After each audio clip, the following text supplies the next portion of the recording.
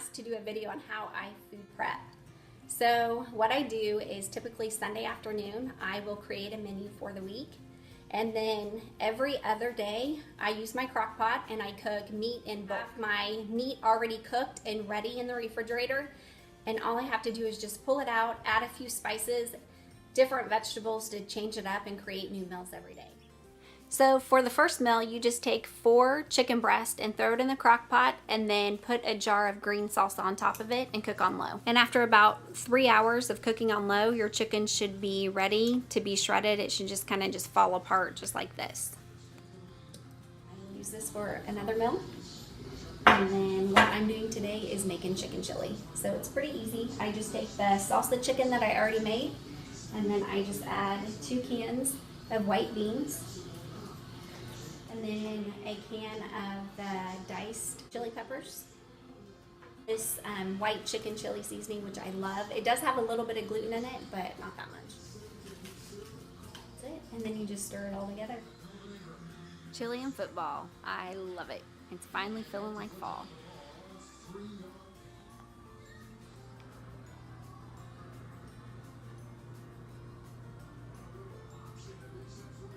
Okay, so I got home from the gym and as always I was starving, and so I forgot I was supposed to record how I'm preparing my meals this week, and so I already made it and ate half of it. So I'll show you really quick just how I made the second meal. So I took the leftover chicken out of the refrigerator from yesterday and I just added broccoli. I just diced it up and then cooked it in the microwave for 2 minutes with a little bit of water, and then once it was done and like steamy, I added a little bit of Kerrygold butter, and then I also added quinoa and brown rice. I love these packages. It's from Seeds of Change. It took like 90 seconds in the microwave to cook, and this has a little bit of garlic in it, but I wanted to add even more seasoning, so I added this spicy jalapeno seasoning from Mrs. Stash. I love anything spicy, so, and it's really, really spicy. Anyway, and then I just mixed it all together, and it took me less than 5 minutes. And it looks like this, and it was delicious and super easy, and yeah, it's always great to have meat ready in the refrigerator, ready to go, so whenever you're starving, coming home from a heavy lifting workout or whatever, you don't turn to foods that aren't going to nourish your body. You already are prepared and have the food pretty much already made. You just have to add a few vegetables, spices, whatever, and you're ready to go. So like I said, meal number 2, less than 5 minutes. We are going to do crock pot barbecue meatballs. So usually people will use some type of breading or stuffing or something that is full of gluten and full of things that are not so good for you. Whenever they make meatballs and meatloaf, to make it more nutrient dense and to eliminate the gluten, is I use a cup of oats and then just raw oats and 1/4 cup of flaxseed. I also add onion powder and garlic powder, and then I just blend it all together in my Vitamix. So to make the meatballs, you are gonna use 2 pounds of ground beef. I like to use the grass-fed, but you don't have to. And then you're just gonna dump that in there on top of the meat, and then add 1 egg, and that'll help hold it together too. Actually, these eggs are tiny, so I'm gonna add 2.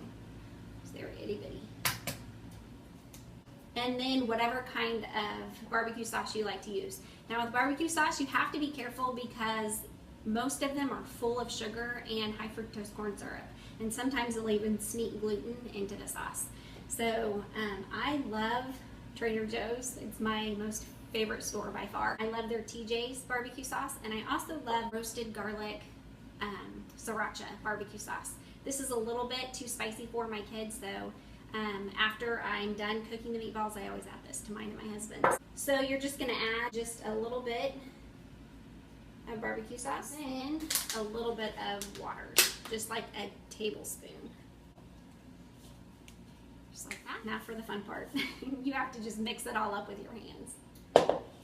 So, my least favorite part, but they are so delicious, it's worth it. And then before you start adding stuff together and mixing everything up, I forgot to tell you, go ahead and preheat your oven to 400.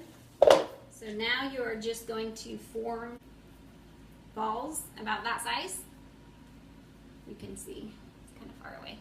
And then put it on a baking sheet lined with parchment paper. And my family likes the meatballs that are easy to fall apart. If you like them more firm, then you can pack them down. But we like them kind of crumbly.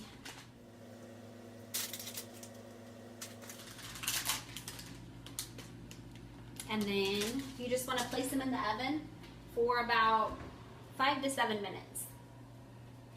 So while the meatballs are browning in the oven, now you can make your sauce. So I use W sauce. I'm not even going to try to pronounce it. So it's this right here.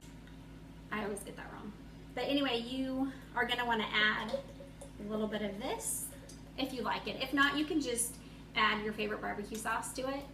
But this is just how I make mine.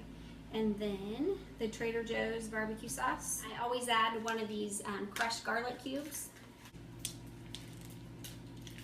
And just stir it up and then put it in the microwave for like 20 seconds.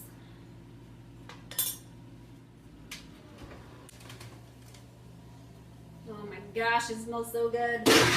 Okay, so now that they're browned, all you have to do is just place them in the crock pot. Well, I need to spray it first. Don't forget to spray.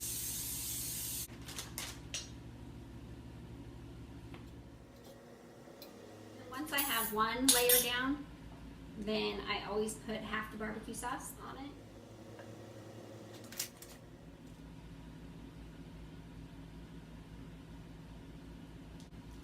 Can see it. Here, I'll tilt it. And you just let it cook on low for about 3 hours. You can always just open up one and make sure it's cooked all the way through. And when it was done, I just put the meatballs on top of a bed of riced cauliflower and then served it with steamed vegetables. Yeah, sorry about the disgusting hair. Just got back from the gym and I don't even know what's happening right now. Anyway. Okay, so for this next meal, I think it is meal number 4. I'm just going to use leftover meatballs from yesterday, and then spaghetti squash and spinach. That's it. Let me show you really quick how to cook a spaghetti squash, or how I do it. Okay, you're just going to, after washing it, of course, you're going to cut it in half. You're going to have a bunch of these little seeds that kind of look like pumpkin seeds. And then this you're just going to cut it all out. You can use a spoon, but why when you have hands?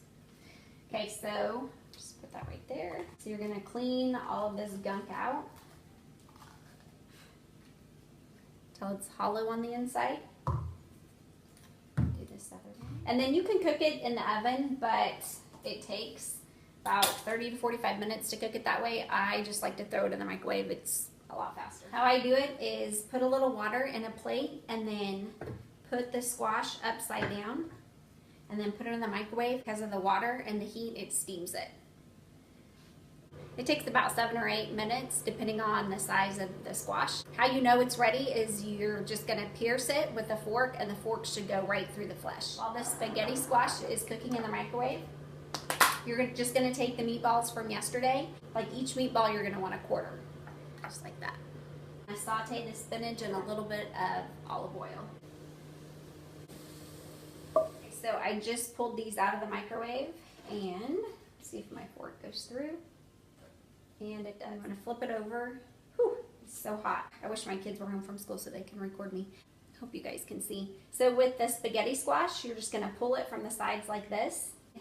It's pretty awesome. It like makes these spaghetti looking noodles, and then you're ready to throw it in with the spinach. Okay, so once you've mixed the squash and the spinach together in a skillet, then you can add the chunked meatballs until it's all warm. And then I love this stuff. If you guys have a Trader Joe's nearby, you have to get this. It's so good. I'm obsessed with it. It's the Mediterranean feta cheese. I'm just going to add some of that. And then red chili pepper. For a little bit of spice. And that's it. This meal was made in less than 10 minutes.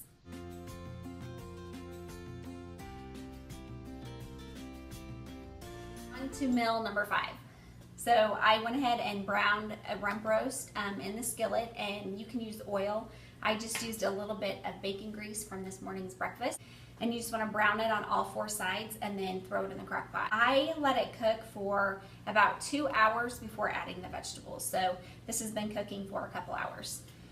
So before I add the vegetables, I just wanted to show you really quick the sauce to pour over everything. It is amazing. My mom used to make this whenever I was growing up, but it's one of my favorites.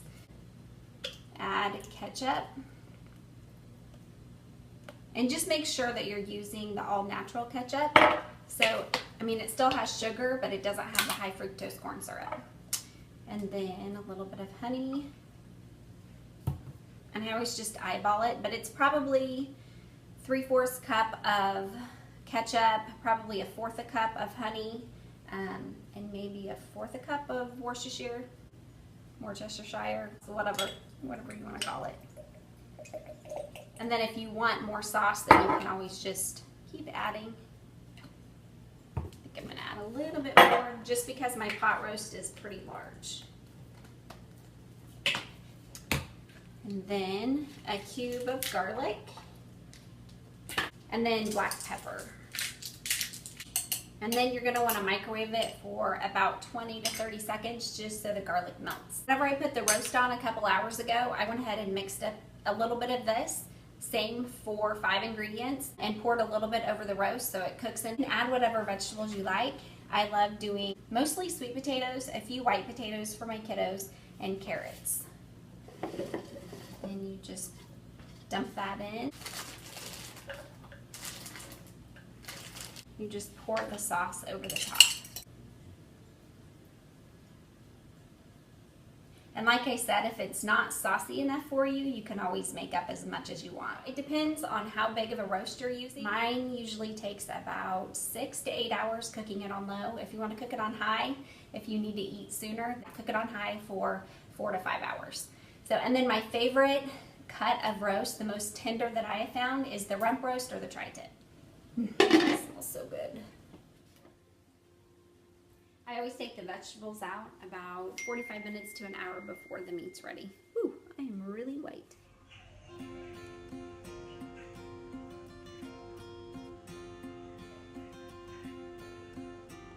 Time for meal number 6, our final meal. So I went ahead and diced up the meat from yesterday, the roast, and we're gonna make enchilada rice. It's super easy. After you have the meat all diced up, then you just add a can of Rotel, a cup of salsa, and it doesn't matter what kind you use. And you just add a 1.5 cups of rice. I love these bags from, of course, Trader Joe's, my favorite stores. All this together a little bit. The last thing that you add is a package of enchilada seasoning. And then mix all that together. So, looks like that.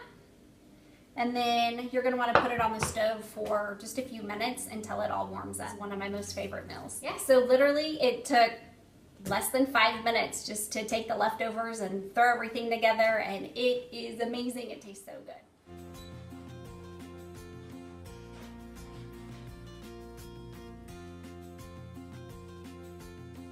Alright, so that's it for my very first YouTube videos. Hopefully I didn't mess up too bad.